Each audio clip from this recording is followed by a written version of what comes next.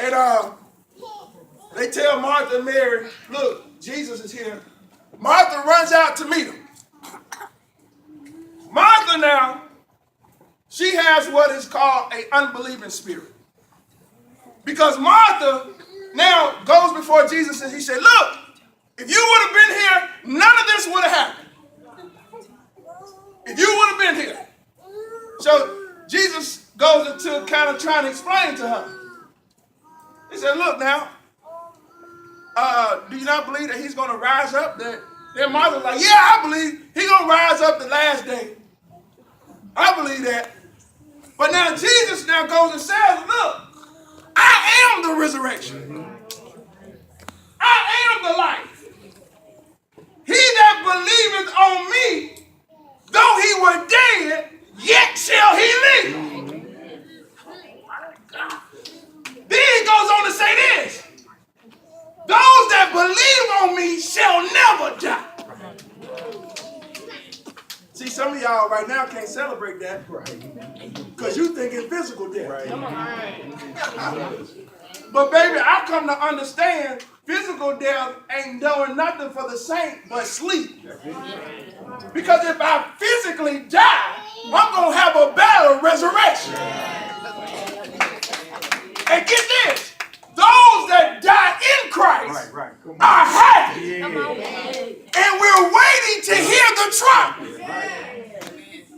Oh my goodness. Y'all, I can really go into a hack right there.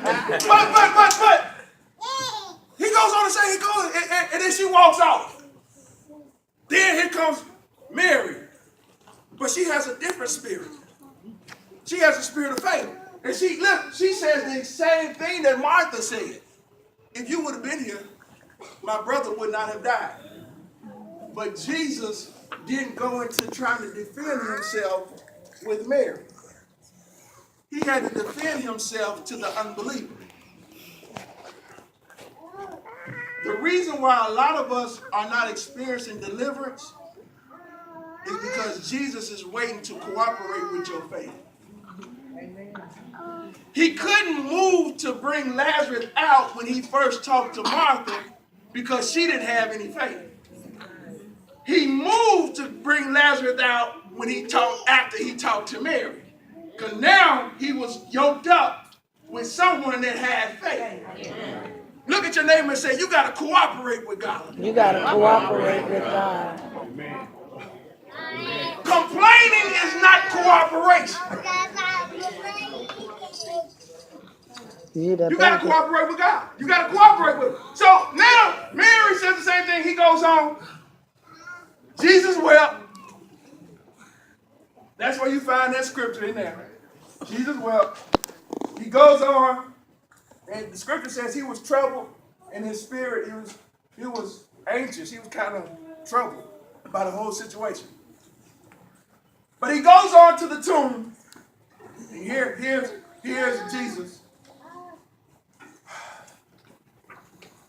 Take away the stone. Immediately, the unbeliever now steps in and tries to get logical with a supernatural God.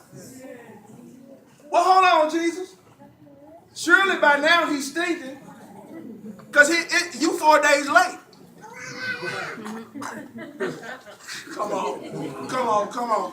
Surely by now that situation is dead and gone, because Jesus, you 4 days late. Some of y'all may be talking about he 10 years late.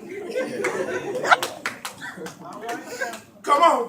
Some of y'all, hey, well, I've been praying about this for a long time. And Jesus, this situation is here. But let me tell you something. Now he's telling us, take away the stone.